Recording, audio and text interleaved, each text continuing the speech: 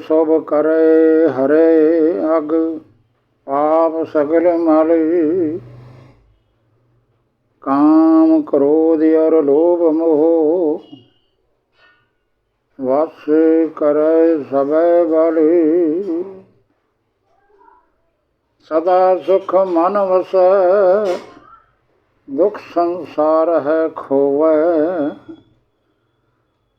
गुर नाव निध दरियाओ जन्म हम काल खतोवै हो कहो टल गुर सेवियै ऐनस सहज सुभाए दर्शन परसै गुरु कै जन्म मरण दुख जा।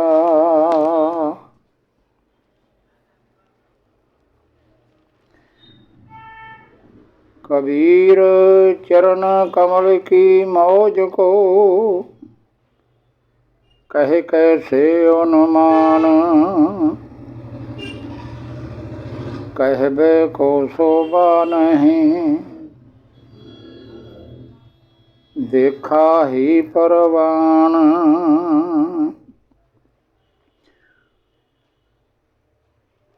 गुरु प्यारी गुरु सवारी सत संगत जीओ,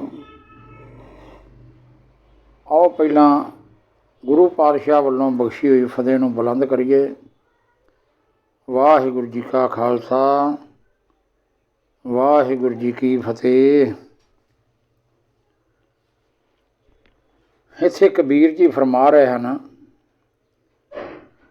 कि उस प्रभु के चरणा कमलों का इन्ना आनंद है कि उसका कोई अंदाज़ा नहीं लगाया जा सकता,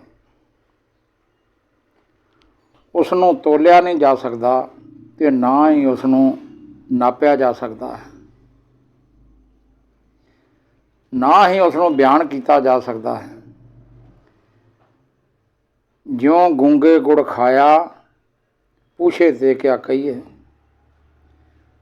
जिस तरह गूंगा गुड़ खांदा है तो बाद विच उसका स्वाद बयान नहीं कर सकता, उस तरह उसके चरण कमलों की मौज का आनंद है जिसनों बयानिया नहीं जा सकता। इसनों सिर्फ देखिया ही भाव इसनों अनुभव करके ही मन्निया जा सकता है, इसनों अनुभव करके ही पता लग सकता है कि ये कितना आनंद है। कबीर देख के कहाँ कहे न को पति आए हर जैसा तैसा वही रहो हरख गुण गाए। कबीर जी कहते हैं निरा देख के की किया जा सकता है, आख्या कोई नहीं मनता ते कहा किसी को आनंद नहीं आता। जे तेनों आखिए तेनों बड़ा स्वाद आया है, साढ़े आख्या नूं आनंद नहीं आ जाना।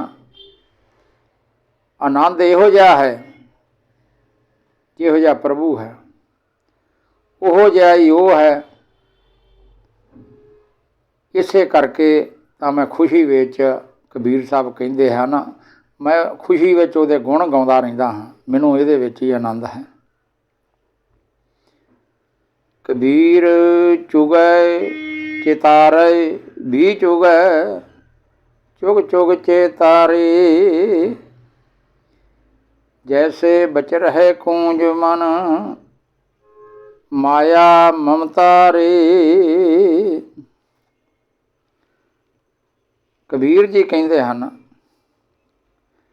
जिस तरह कूंज चुगती है अते मन दे विच चिंतन भी करती है, जिस तरह माया के कारण कूंज का मन अपने बच्चों विच हुंदा है, मिलने की तांघ हुंदी है। कहते हैं ये कूंजां साइबेरिया तो आउंदियां हन, पिछे आंडे दे के जदों उत्थे बहुत ठंड हो जाती है तो ये गर्म अते मैदानी इलाकों विच हिमालय पर्वत नूं पार करके आ जांदियां हन ਤੇ ਮੌਸਮ ਦੀ ਤਬਦੀਲੀ ਤੱਕ ਇੱਥੇ ਹੀ ਰਹਿੰਦੀਆਂ ਹਨ। ਉਹ ਜਦੋਂ ਦਾਣੇ ਵੀ ਚੁਗਦੀਆਂ ਹਨ ਤਾਂ ਉਹਨਾਂ ਦਾ ਧਿਆਨ ਆਪਣੇ ਆਂਡਿਆਂ ਵਿੱਚ ਜਾਂ ਆਂਡਿਆਂ ਤੋਂ ਨਿਕਲੇ ਹੋਏ ਬੱਚਿਆਂ ਵਿੱਚ ਰਹਿੰਦਾ ਹੈ। ਕਬੀਰ ਅੰਬਰ ਘਨ ਹਰ ਛਾਇਆ, ਬਰਖ ਭਰੇ ਸਰ ਤਾਲ, ਚਾਤਰਿਕ ਜਿਉਂ ਤਰਸਤ ਰਹੇ, ਤਿਨਕੋ ਕੌਣ ਹਵਾਲ। ਕਬੀਰ ਜੀ ਕਹਿੰਦੇ ਹਨ, ਅਸਮਾਨ ਦੇ ਵਿੱਚ ਬੱਦਲ ਛਾਏ ਹੋਏ ਹਨ ਅਤੇ ਵਰਖਾ ਨਾਲ ਸਰੋਵਰ, ਤਲਾਬ ਆਦਿ ਸਭ ਭਰ ਗਏ ਹਨ। ਪਰ ਪਪੀਹਾ ਇੱਕ ਪੰਛੀ ਹੈ, ਉਹ ਇੱਕ ਤਰਸਦਾ ਹੀ ਰਹਿੰਦਾ ਹੈ ਅਤੇ ਧਿਆਇਆ ਹੀ ਰਹਿੰਦਾ ਹੈ। ਉਸਦਾ ਹਾਲ ਕੀ ਹੋਵੇਗਾ? ਭਾਵ ਮਾੜਾ ਹੀ ਹੋਵੇਗਾ।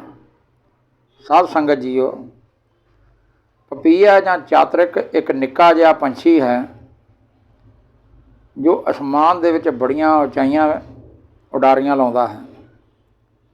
ਇਹ ਪਾਣੀ ਨਹੀਂ ਪੀਂਦਾ, ਭਾਵੇਂ ਜਿੰਨਾ ਮਰਜ਼ੀ ਧਿਆਇਆ ਹੋਵੇ।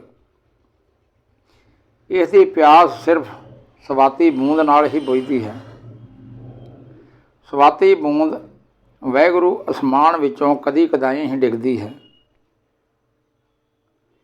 ਇਹ ਬੂੰਦ ਜਦੋਂ ਪਪੀਹੇ ਦੇ ਮੂੰਹ ਵਿੱਚ ਪੈਂਦੀ ਹੈ ਤਾਂ ਇਸ ਦੀ ਤ੍ਰਿਸ਼ਨਾ ਬੁੱਝ ਜਾਂਦੀ ਹੈ। ਇਹ ਬੂੰਦ ਜਦੋਂ ਸਿੱਪੀ ਦੇ ਮੂੰਹ ਵਿੱਚ ਪੈਂਦੀ ਹੈ ਤਾਂ ਮੋਤੀ ਬਣ ਜਾਂਦੀ ਹੈ। ਪਰ ਜਦੋਂ ਇਹ ਭੂਮੀ ਉੱਤੇ ਡਿੱਗਦੀ ਹੈ ਇਹ ਬੇਕਾਰ ਹੋ ਜਾਂਦੀ ਹੈ।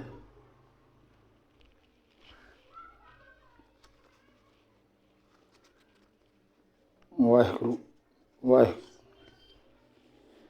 ਕਬੀਰ ਚਕਈ ਜੋ ਨਿਛ ਬੀਛਰੈ, ਆਏ ਮਿਲੈ ਪ੍ਰਭਾਤ,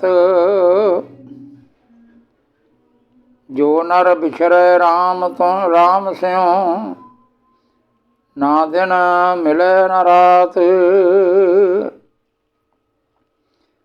ਕਬੀਰ ਜੀ ਕਹਿੰਦੇ ਹਨ,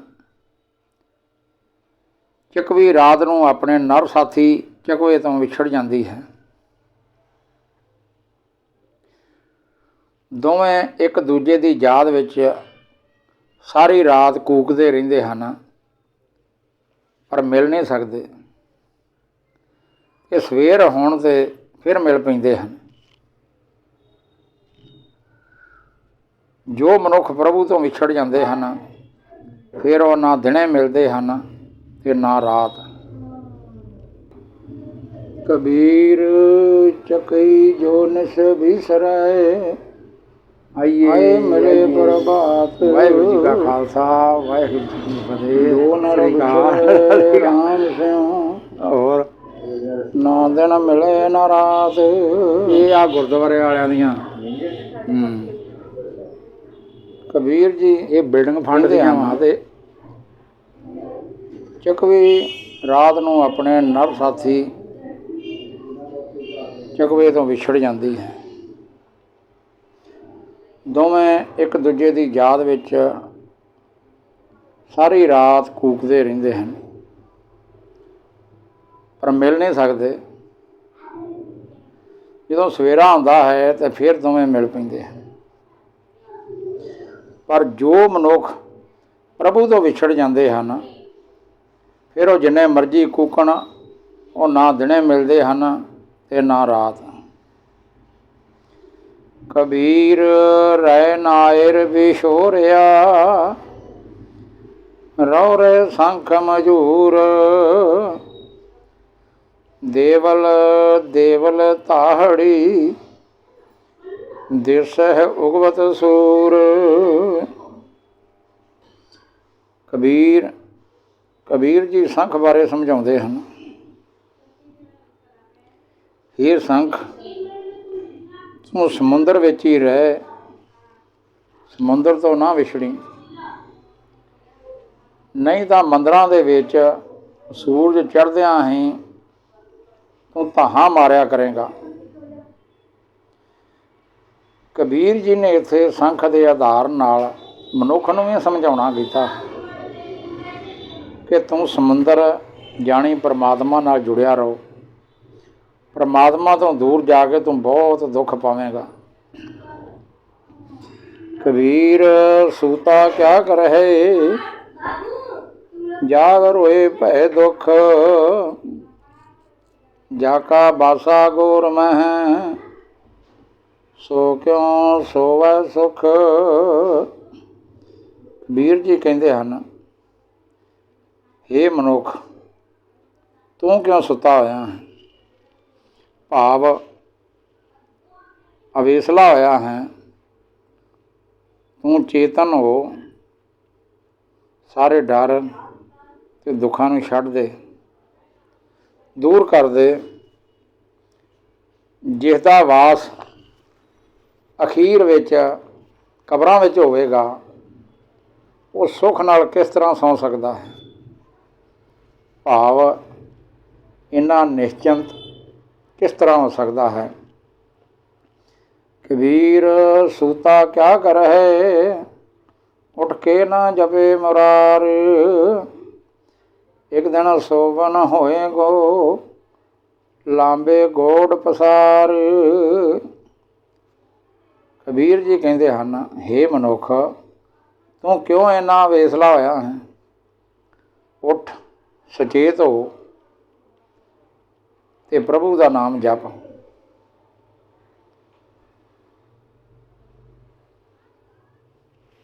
ਮੁਰਾਰ ਮੁਰ ਰਾਖਸ਼ ਨੂੰ ਮਾਰਨ ਵਾਲਾ ਹੈ। ਮੁਰਾਰ ਰਾਖਸ਼ ਨੂੰ ਕ੍ਰਿਸ਼ਨ ਜੀ ਨੇ ਮਾਰਿਆ ਸੀ ਅਤੇ ਕ੍ਰਿਸ਼ਨ ਹੀ ਮੁਰਾਰੀ ਹੈ ਅਤੇ ਪ੍ਰਭੂ ਦਾ ਸਰਗੁਣ ਸਰੂਪ ਹੈ। ਇੱਕ ਦਿਨ ਸੋਵਨ ਹੋਏਗੋ, ਲਾਂਬੇ ਗੋੜ ਪਸਾਰ, ਇੱਕ ਦਿਨ ਲੰਮੀਆਂ ਲੱਤਾਂ ਪਸਾਰ ਕੇ ਸੋਣਾ ਹੋਵੇਗਾ। ਕਬੀਰ ਸੂਤਾ ਕਿਆ ਕਰਹਿ, ਬੈਠਾ ਰਹੋ ਅਰ ਜਾਗ, ਜਾ ਕੇ ਸੰਗ ਤੇ ਬੀਸ਼ਰਾ, ਆਹੀ ਕੇ ਸੰਗ ਲਾਗ। ਕਬੀਰ ਜੀ ਕਹਿੰਦੇ ਹਨ, ਹੇ ਮਨੁੱਖ, ਤੂੰ ਇੰਨਾ ਵੇਸਲਾ ਕਿਉਂ ਹੋਇਆ ਹੈ? ਉੱਠ, ਸੁਚੇਤ ਹੋ ਅਤੇ ਜਿਸ ਨਾਲੋਂ ਤੂੰ ਵਿਛੜਿਆ ਹੈ, ਅੱਡ ਹੋਇਆ ਹੈ, ਉਹਦੇ ਨਾਲ ਜੁੜ ਜਾ, ਉਹਦਾ ਧਿਆਨ ਧਰ। ਸੰਤ ਕੀ ਗੈਲ ਨਾ ਛੋੜੀਐ, ਮਾਰਗ ਲਾਗਾ ਜਾਓ, ਵੇਖਤ ਹੀ ਪੁਨੀਤ ਹੋਏ, ਭੇਟਤ ਜਪੀਐ ਨਾਉ। ਕਬੀਰ ਜੀ ਕਹਿੰਦੇ ਹਨ, ਸੰਤ ਵਾਲਾ ਰਾਹ, ਭਾਵ ਜਿਸ ਰਸਤੇ ਸੰਤ ਲੰਘੇ ਹਨ, ਉਸ ਰਸਤੇ ਉੱਤੇ ਤੁਰਿਆ ਚੱਲ, ਜਿਸ ਨੂੰ ਦੇਖਦਿਆਂ ਹੀ ਪਵਿੱਤਰ ਹੋ ਜਾਈਏ ਅਤੇ ਮਿਲਿਆ ਰੱਬ ਦਾ ਨਾਂ ਜਪੀਏ। ਐਸੇ ਸੰਤ ਦਾ ਕਦੀ ਰਸਤਾ ਨਾ ਛੱਡੋ। ਇੰਨੀਆਂ ਬੇਨਤੀਆਂ ਪ੍ਰਵਾਨ, ਭੁੱਲ ਚੁੱਕ ਦੀ ਮਾਫੀ। ਵਾਹਿਗੁਰੂ ਜੀ ਕਾ ਖਾਲਸਾ, ਵਾਹਿਗੁਰੂ ਜੀ ਕੀ ਫਤਿਹ।